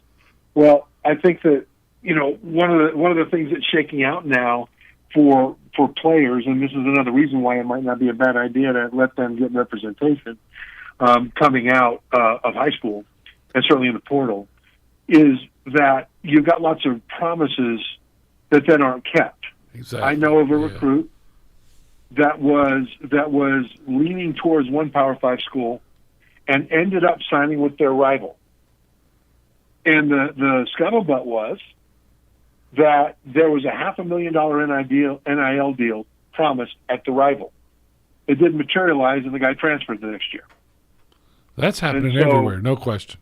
Yeah, exactly. And so, but what's going to end up happening is now with a little bit more knowledge, you're not going to trust. I mean, high school coaches aren't going to trust collectives that do this kind of thing, right? And they're going to steer their players away from them. Absolutely. And so it's going to come back to bite them at some point. And at some point, the schools that are now losing recruits because they tell them the truth about, or the schools don't tell them, but the collectives, at the direction of the school, tell them the truth about what's actually available for them, as opposed to the pie in the sky stuff that's being, offered by recruiting rivals. That's going to shake out. Some collectives are going to end up, with high school coaches souring on them, and they won't believe them anymore. And then I think it's going to shake into a more level playing field. But right now, there's just so much snake oil being sold and so many players being deceived that it's a harsh thing. Well, there's no question. And so I'm just going by what Alabama does, and I think it's a good model. What they do is they're paying all 85 players the same. If you're on scholarship, and then I was told, I don't know this for a fact, that even some walk-ons are getting the same amount of money, and then they allow you when you get there to sign NIL deals. Will help you get representation if you need it, or you can use who you want to get actual NIL deals. Actual NIL deals. Not what it was meant to be done. And Nick Saban talks about that all the time, about developing value for yourself. Exactly. And, he talks about players deciding whether or not to go to the draft or to come back for another year. He talks about the value that they can build for themselves if they come back another year. And I think what you're going to see is schools that do it like Alabama does are going to end up being trusted. Alabama right now, according to ESPN, has the top recruiting class. They're not doing a whole lot in the transfer portal right now, but the top recruiting class. So it hasn't hurt them, right? And that was one thing I really feared for Alabama was that, my understanding of the way they run their program is that they aren't going to go out there and cheat. That's my understanding of Alabama. But I worried, and I still do a little bit, that the NIL scenario will change the dynamics so much for Alabama that from a recruiting and a transfer standpoint, that they'll lose their advantage that has kept them at the top of college football for as long as Nick Saban's been there. And part of that's Nick Saban, of course. That's the main thing. But it's also the recruiting pitch at Alabama. Come to Alabama. It's a great school. We will mold you into the kind of young man that will have success in your life at anything that you choose to do. From a standpoint of football, you also, we will mold you into the best possible NFL prospect that you can be. And along the way, we're going to be winning championships. That's the pitch. But right now, that pitch is overshadowed by the NIL pitch, isn't it? And so, it's getting that squared away and not falling behind on that was Alabama's biggest challenge over the last couple of years, and it will continue to be for the next couple of years until we have more clarity on how NIL is going to work for everybody. But see, by doing it the way you just mentioned, Wes, what they do is they allow the high school coaches and parents, et cetera, to know that they can believe what they're being told by Alabama and then Alabama's collective. Now, one thing that's going to change all this is eventually, I believe that the courts are going to allow schools to pay players directly in addition to the collectives and NIL. The Supreme Court, when they opened the door to NIL, there was a side decision written by one of the justices that said basically that it may well be that banning schools from paying players and recruits directly in a pay-for play is also an illegal restraint of trade. But that question wasn't before the court at the time. But it seemed to open the door that's going to happen too. So right now we're at the very beginning of college football players making a whole lot of money. I have no eligibility left. Do you? Oh, this kills me, man. I'm mad at my parents for one thing only in my life, and that's that they had me 20 years too early. Because in college that wouldn't have been enough for NIL, but the NFL, holy smokes! And imagine now, I played 12 years in the league. Oh yeah. Right? And I played on a college team that was ranked in the top 25 all 4 years, and we won the national championship my senior year at BYU. And if that would have been now, doing the exact same thing, nothing different, I'd be driving a nicer car. Oh yeah. Oh, there's no question. I think, yeah. Talking to Trevor Maddich right now on the Neighbors Wealth Management Hotline, who's evidently not driving as not nice of a car as he could be at the moment. None of us are. All us old guys. That's right. We all just limp to the car that we can afford now. And we'll tell you, we do it again the same way, and we would. But so I'm not complaining at all. I'm just saying I'm super happy for the players coming up now to get more of their due. Exactly. Well, here locally, I've been looking downtown to see if whether or not parades have been granted license by the mayor's office, because there's a lot of happy Bama fans with the departures of a defensive coordinator and an offensive coordinator. So I want to tell you something, Steve. You're generalizing. I think the people, the offensive coordinator were a lot of people liked him. A silent majority, to be honest with you. He averaged 40 That's points fair. a game. Yeah, that's fair. And I know there's a guy on the morning show that didn't like him, but most of the people didn't have a problem with the defensive coordinator either. The defensive coordinator had a lot of personal problems, though. So anyway, I wanted to correct that for you. Go into that. I got a lot of problems with the receivers. Yes. I was so mad at Alabama's receivers this year. I was too. Furious with Alabama's. I was mad last year. Alabama beats Georgia last year in the SEC championship game. Face them again in the national championship game. Jameson Williams ends up getting hurt in that game, right? Yeah. And and John Mechie didn't even make it to that game. He got hurt in the young guys first game. stepping up. Yeah, the young guys stepping up weren't in the right place. They were too short or too deep on their routes. They were dropping balls, and it was just it was so you figured that this offseason those guys would bear down because remember Alabama is the team is the team of Julio Jones and Amari Cooper and Devontae Smith and guys that made a career of respecting the craft of playing receiver, of learning the nuances of route running, the nuances of defenders that they would have to face, of catching I don't know how many thousands and thousands of balls off the judge machine. And after that performance in the SEC, in the national championship game, okay, well they were young. They didn't. Now this year they were like 13th in the SEC in most dropped passes. Yeah, that was the worst. There was only one team worse. They were one of the worst in the nation at most drop passes, and a lot of those drops came when Bryce Young had to hold the ball longer than he normally would because he couldn't rely on them being in the right spot on their route, and he would deliver a ball, get smashed, the ball hit him in the hands, and they drop it. Oh yeah. So I tell you what, you talk about changing coaches and stuff like that. I know that there's, I'm astonished that Coach Saban can continue competing at the highest level with all the turnover in coaching staffs. I mean, that's got to be its own 5-part documentary at some point. But I'm not mad at the coordinators so much as I'm furious with the Alabama wide receivers that they let down their quarterback so many times. Man, so got him smashed when they could have just caught the ball. Well, one of the funnest things I do is I go to all Alabama scrimmages, or not all, most of them. And I love to watch the young people get better. And Trayshawn Holden had one of the best scrimmages I've ever seen a wide receiver have, ever. I mean, he had 4 or 5 touchdowns against the first-team defense. He played unbelievable. And he had most of those drops you're talking about. He had most of them. He went from starter to the bench. Didn't play at all against LSU. He ended up transferring. Where did he go to TCU, Steve? I believe that's right. Yeah, I think he transferred to TCU, but something happened in that receiver room. I know against LSU they had 19 busts in that game. 19. You can't win a game doing that. I mean, and they lost that game on a walk-off 2-point. Should have. Well, I mean, and think about because Bryce Young played unbelievable in that game, not 100%, and without him, we would have got.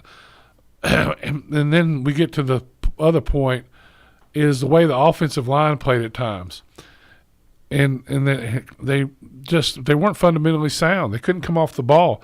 5 times in the first half, Alabama had the ball in the red zone. Scored 12 points.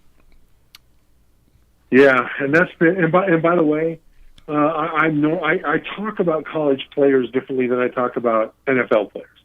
NFL players, it's a business. They're pros. They got kids in school. All that stuff, right?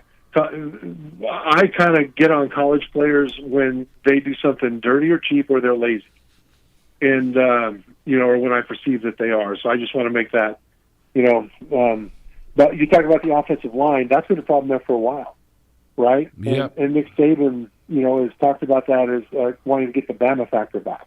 Bama factor meaning impose their will physically. So when you watch Georgia, they have the Bama factor, right? Yeah, they absolutely do. For goodness sake, Michigan has the Bama factor. But Bama hasn't, not on the offensive side of the ball. And I think it started around that national championship game against Clemson, where Clemson had Christian Wilkins and all those guys on the D-line. And Bama kept moving the ball between the 20s, but when they got down inside the 20, they couldn't pound the ball in. I think they averaged 8 yards on first down. And is that right? Yeah, something crazy like that. 2nd and 2 was their worst play. But see, I would ask you guys though, why is that? I mean, how come the Bama offensive line? And they've sent guys to the league in this time frame, these last several years. But is it that the expectations were unfairly high, or is it that the performance has fallen off to a degree that it shouldn't have? Well, I think it's the technique they're teaching. I don't think that our offensive line coach, when we had all those dominant offensive lines, is now the Philadelphia Eagles line coach, and has been. I mean, he's a great coach. Then you get to these, and I remember in this game, Christian Wilkins. Yeah, he had it was 4th and 1 from the 1, Alabama could get back in the game at this time. He's in the A gap. The left guard, there's a sweep to the left. The left guard steps off with his right foot to make the block, and Christian Wilson blows right through him. All he has to do is crawl block, and he's no way he can make the play. Step with his left foot there. That's technique to me. You see what I'm saying? I mean, and I'd sit there and watch that, and I'm like, well, who taught him that? What's he doing? Yeah. Well, he probably wasn't taught that, but it might not have been. That for more detail for people that aren't as steeped in offensive line lore as you and I are, Wes. The thing is, if you step correctly, in other words, if you're trying to block to the left and you take your lead step to the left, you get your body in front of the guy, so that if he's going to beat you, and they'll beat you sometimes because they're good too, right? But if he's going to beat you, he has to beat you. You're in the right place, and he has to beat you. But if you don't lead step to the left and get your body in front of him, if your first step is kind of underneath you, now you're already behind, and he's got an angle to get through the gap. It's like open the door. Now you don't have a chance. Yeah. Right. And no coach really teaches that, I don't think. It's just players don't have it, they just don't have the discipline to do it every time, or don't understand it. I mean, when I was in the NFL, I was drafted as a center. And I ended up starting games at center, right guard, left tackle. I played right tackle. I was number 46 for the Jets one year playing tight end, just because we were not just short yardage and goal line, but in the big field so often. I was out there on, 1st and 10 on the 30 coming out, that kind of a thing. That meant that I was out of position everywhere, always, right? And so the first time I ever started a game at left tackle, that'd be rough, was at Buffalo against Bruce Smith. Right? So, after that, life was easy. Yeah, that was a whole lot of fun. And so, but what I learned was, when contact is made with the defender, you're in trouble. Hopefully, they're in trouble too, right? Yeah. But especially if you're playing out of position, the thing you control is your opening steps and what you do with your pad level in your hands. Now, if you are perfect with your, say, a pass set, if you're perfect with the pass set, if your punch is inside, if you're in the right position and you're not standing up straight, that guy has to throw a move to beat you. And then if you can counter that first move that he throws and make him throw the second one, pretty good chance that the ball's going to be gone before you can get to the quarterback. But it starts with a perfect technique and steps and hands and pad level before you make contact. If you do that alone, you force them to defeat a 300-pound body in front of them. If you don't do that, you're going to end up on your face, and they're going to end up in the backfield making highlight plays. Yeah, like you talked about. They'll be running it back. Right. Yeah. So how long did it take you? Because that's not natural, that left tackle first step back. That's where it all is. How long did it take you to develop that? Well, I developed it pretty quickly, just out of fear. Because I didn't want to get humiliated.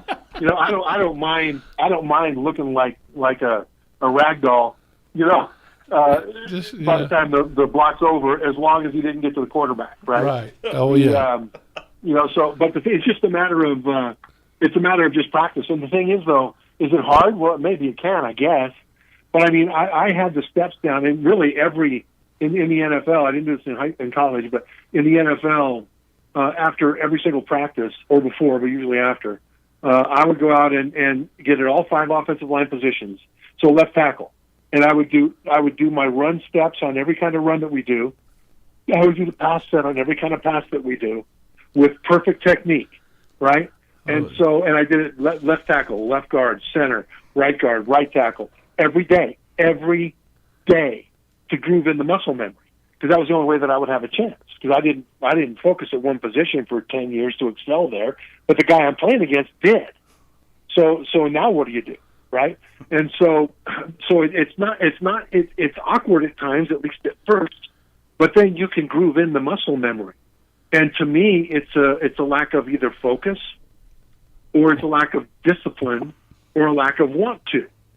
If your initial steps aren't perfect every time, you don't have a prayer. Once again, now if you don't, at tackle now again, especially. I want to be fair. Yeah, I want to be fair because the other guy is good too, and he's fast, and he might be stronger and faster and bigger and better and everything else. But the initial steps had better be perfect. I mean, I was playing for the Colts, practicing inside at center guard, and all of a sudden our left tackle gets hurt. It's like, oh boy. So the next game we're playing Philly, and their defensive end on that side was the NFL sack leader, and he was becoming a free agent. It's like, oh, really? So he's thinking, it's money year. Everything. Yeah, he's playing playoff every play. So yeah, exactly. And so I'm watching this guy on tape, and he's going against these all-pro left tackles, and I noticed that he never bull rushed anybody. These all-pro left tackles on tape were trying to smash him. They were trying to punch him because he wasn't real big. He was long and lithe, and he would just wait for him to punch, and then he'd throw a great move on their hands and dart around him and all that stuff. And I thought, well, out of professional pride, he probably won't try to bull rush me either. He'll want to put on tape what great moves he has. So I did 2 things. First of all, on my pass sets, I kind of sat back a little bit farther than I normally would, susceptible to a bull rush, and I would have adjusted that if he'd have tried it, but he never did.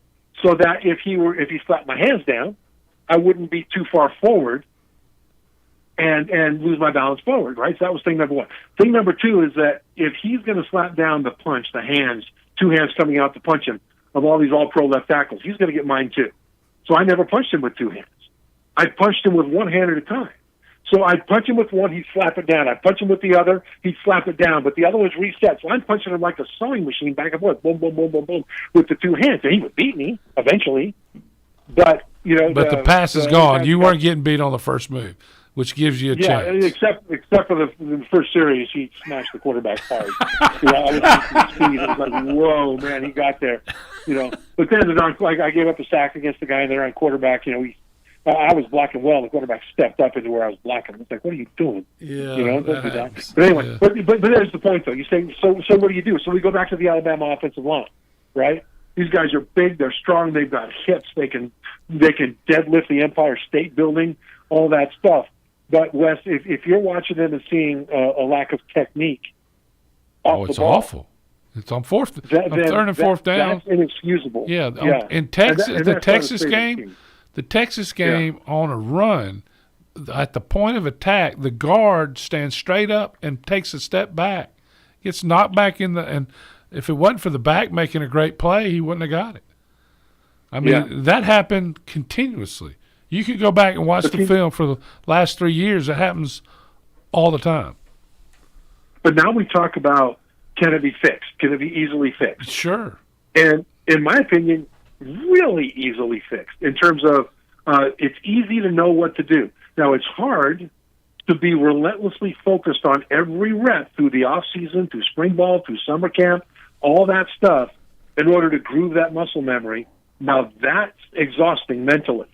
But that's one of the things that has gotten Alabama so many championships, is that Nick Saban has been able to get his players to focus every day on every rep, the thing that's in front of you.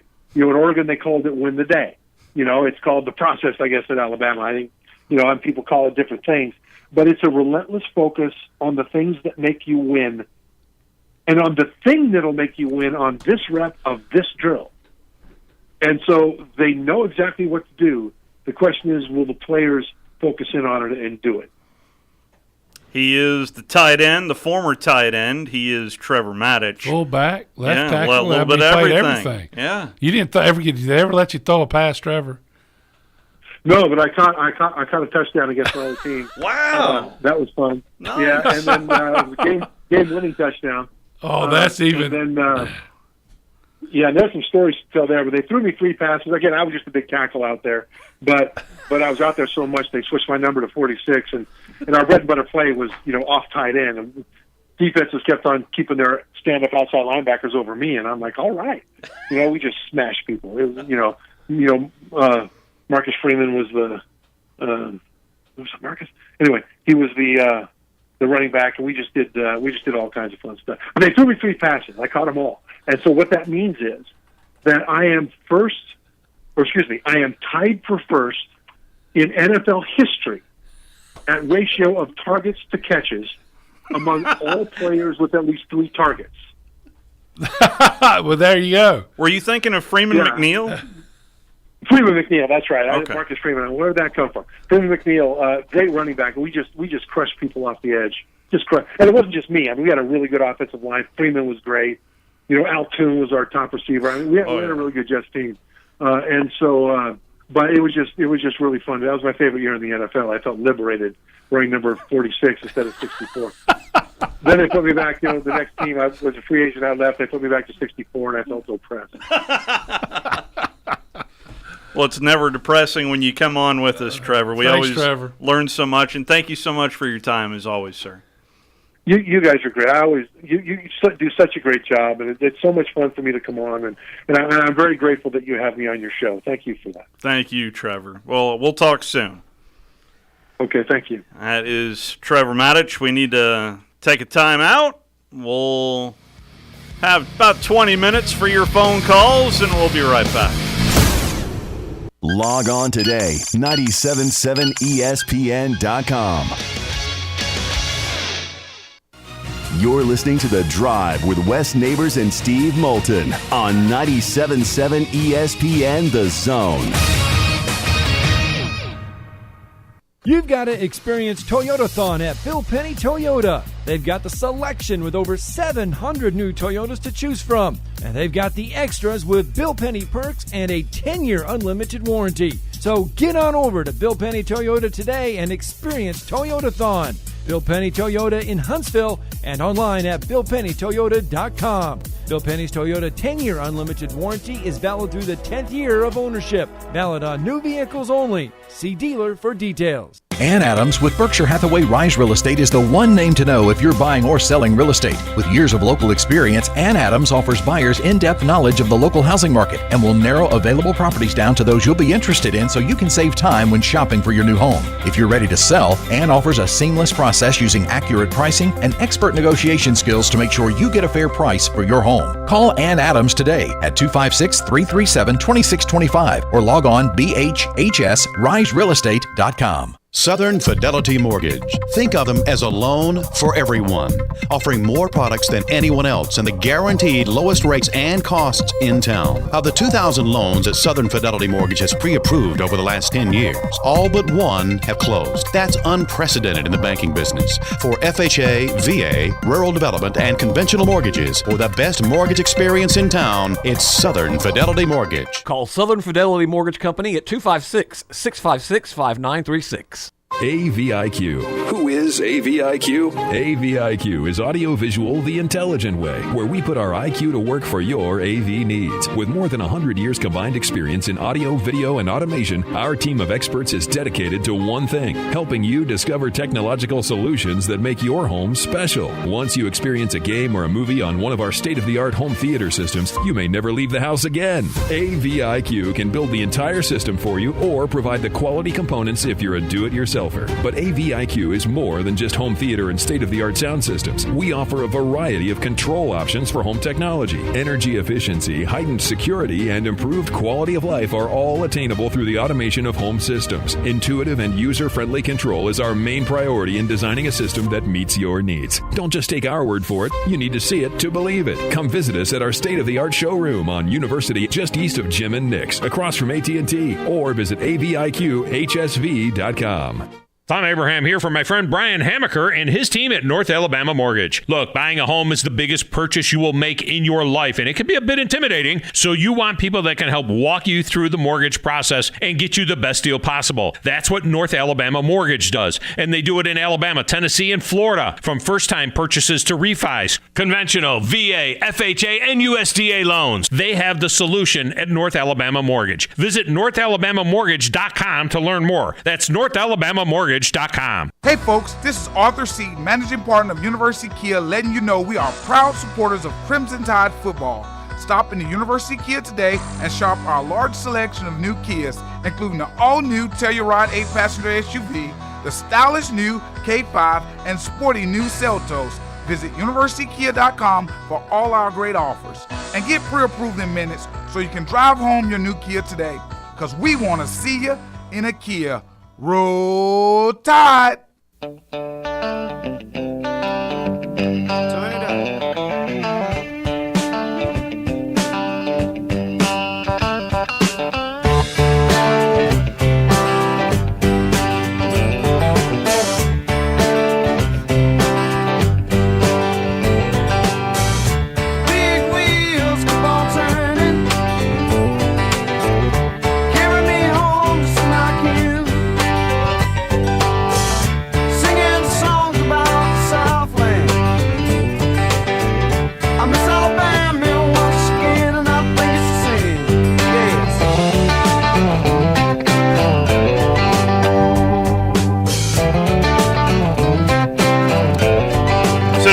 Fans like this song?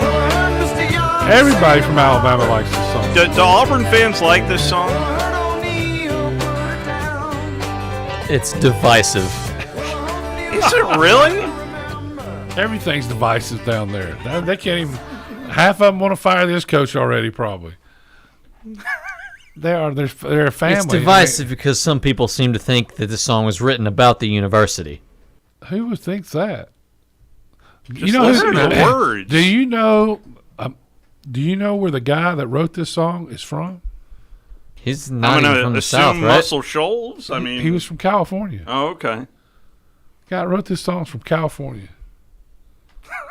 Also, it gets played a lot on College Game Day, which a lot of people watch, and it's always played in reference to Alabama. Well, yeah, but you go anywhere. I'll never forget, I was in Colorado, and I was with a friend of mine here who's it's Scott Averbush, who it is, and we went down early, and we were in a bar, and we were just sitting there enjoying, resting, and people started coming in. They're playing music. Next thing I know, they played this song.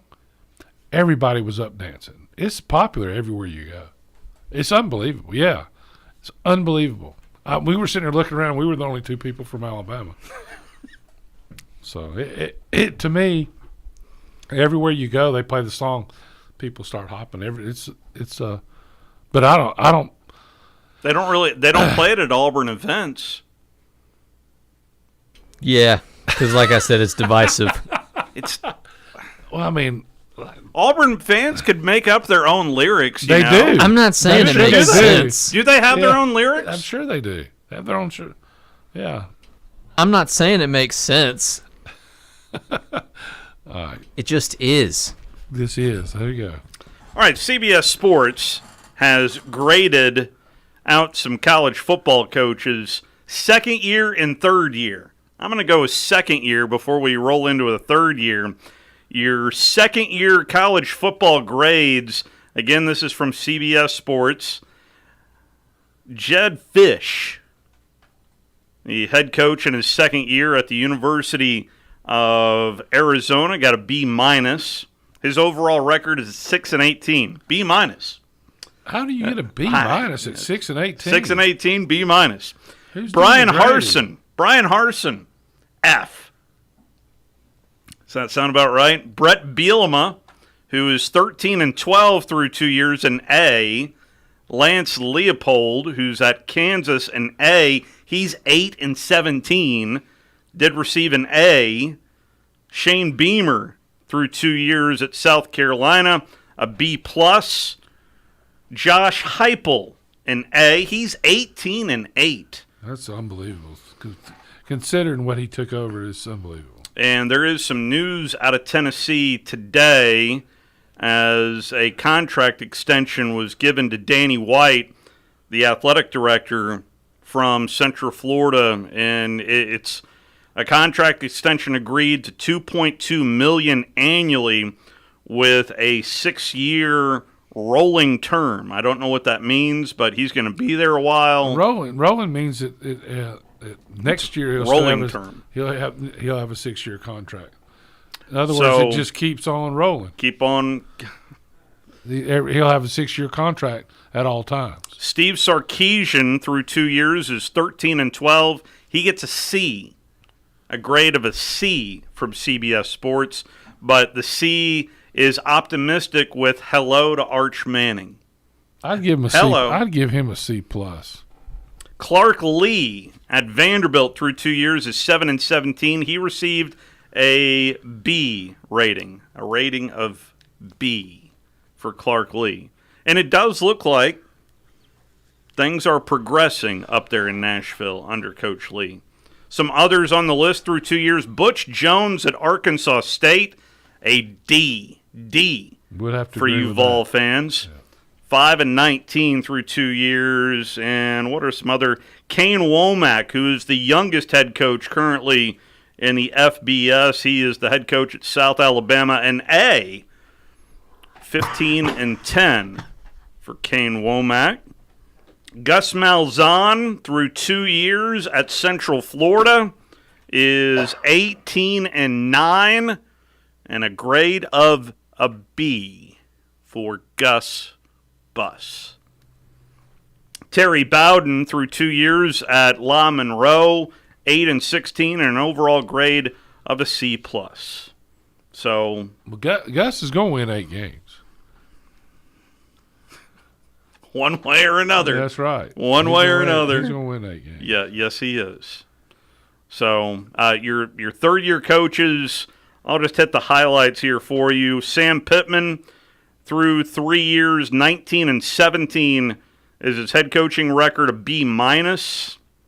Dave Aranda, a B+, is 20-16 at Baylor. Who else? Mel Tucker at Michigan State, a B-. You'd buy a B-? He got off to the hot start, but ever since the contract extension, C+ at easy. It's called Kenneth Walker. Who's Kenneth Walker? That was the running back from Michigan State. Yeah. Yeah.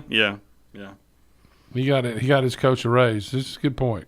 Lane Kiffin, through 3 years, is 23-13, a B+ for the Ole Miss head coach. Eli Drankowitz, through 3 years, is 17-19, a C+.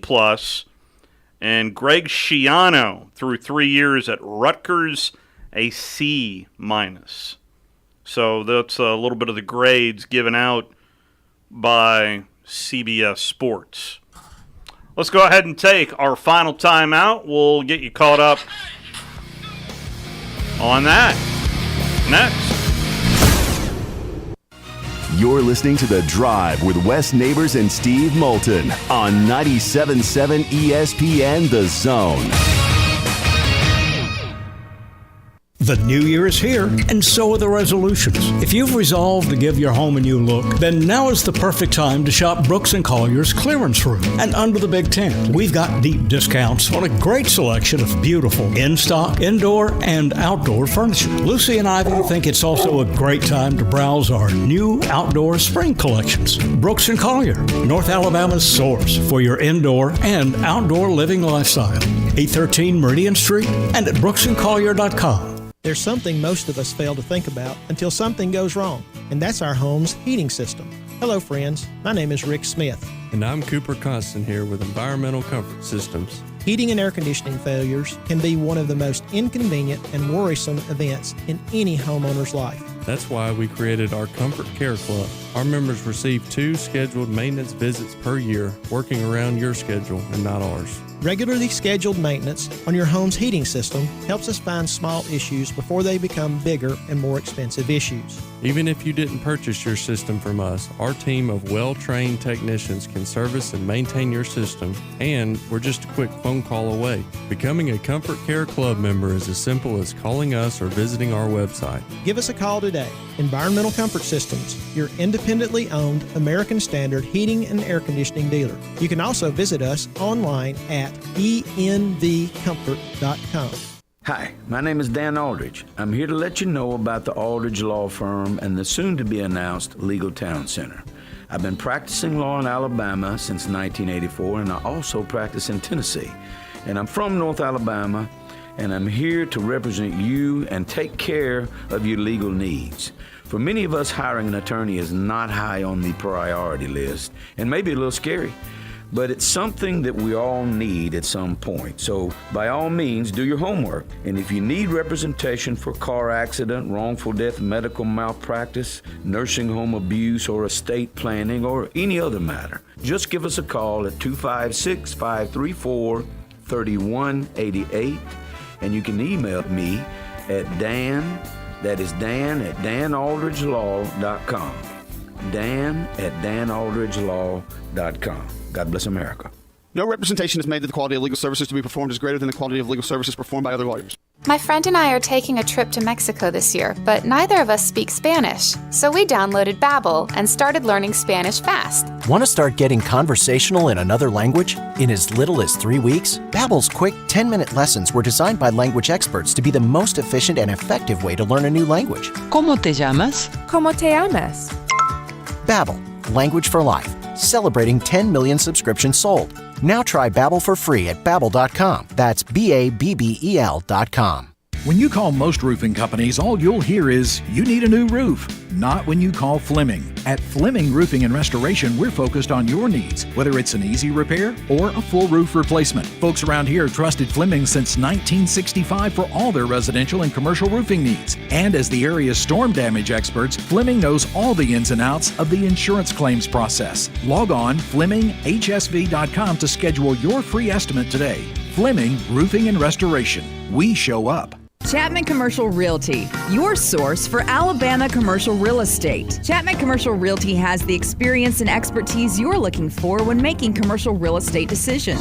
If it's office space, retail space, investment property, or project development, Chapman Commercial Realty is your answer. Call Bill Chapman today at 256-656-8413. That's 256-656-8413. Or find them online at chapmancommercialrealty.com.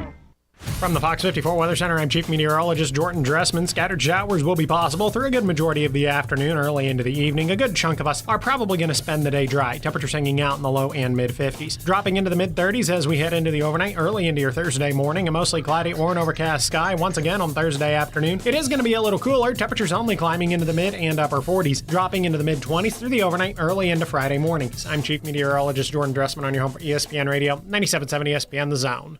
The best in local sports talk from the 256. We are local. When you're number one, you don't have to worry. We are award-winning. Thank you for listening. 97.7 ESPN The Zone. You'll be set for life. Closing time. Open all the doors and let you out into the world. Closing time. Turn all of the lights on over every boy and every girl. Scoreboard updates for you. 2 of the 4 games are at halftime in SEC play. Both the home teams are winning. Florida with a lead over South Carolina at halftime at the O-Dome, 34-26 the score there. And up at Thompson Bowling Arena, it's all 4th-ranked Vols over the Georgia Bulldogs, 35-22. The score there. The late games feature both teams from the state of Alabama as the Crimson Tide get ready to take on Mississippi State. That'll be on the SEC Network. Auburn and Texas A&M is on ESPN2. They both tip at 8 o'clock. So, something to keep an eye on here tonight.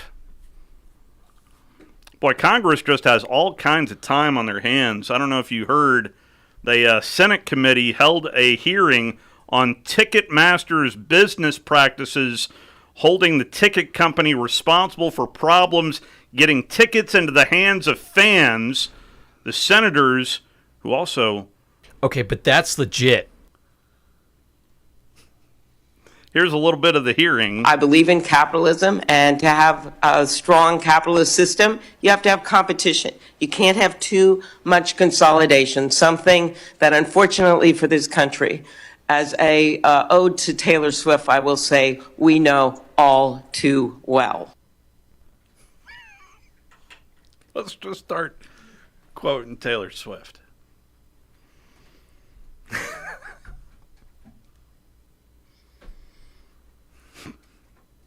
So I'm glad everything's running so smoothly up in D.C. that they can have these committee meetings because they have all this time on their hands.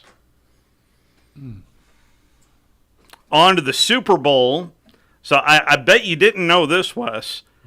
Chris Stapleton will sing the national anthem for this year's Super Bowl, and Kenny Babyface Edmonds will sing America the Beautiful. And Mr. Babyface wasn't expecting. I can safely say that I never saw this one coming. It's great. It's an honor to do it. I was honored that I got the call.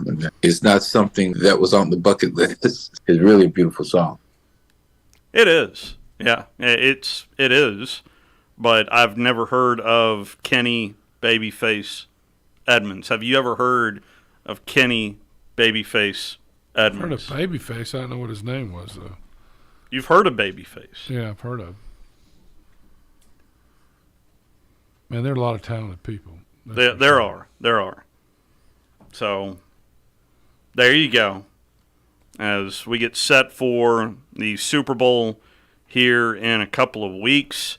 By the way, it was also tweeted out from the Senior Bowl's Twitter account that Bryce Young is going to make an appearance down in Mobile to meet with teams. So, and again, we started with Mel Kiper's big board having Will Levis ahead of Bryce Young. I'm sure they'll say nothing about that tomorrow morning on Talkin' Ball. Drew will be here in the hot chair tomorrow. Yeah. I'll be in Rome, Georgia, getting ready for UH Charger basketball, but I will be a part of the show. But an avid listener for Talkin' Ball is taking me and Scott out for a steak dinner. How'd you get that deal? I didn't even invite myself. Scott just said, "Hey, Brandon's taking us out for steaks." That sounds good. So I'll talk to you tomorrow on a full stomach. How about that? This is the only place for Drew DeArmond, Wes Neighbors, and of course, Tom Abraham. I never met him, but I hear that he's a man of character. 97.7 ESPN The Zone. Crimson Tide Sports Network from Learfield. Shot, scored, 2 huge buckets. Alabama leads by 1. 1 man to beat, lays it up. Let's start over. Tied at 73. Oh, goodness, elevated, threw it home. Alabama's up with 30 seconds to go. Crimson Tide Basketball is on the air. Brought to you by Coke Zero Sugar. Zero sugar and refreshingly delicious. Golden Flake, the official potato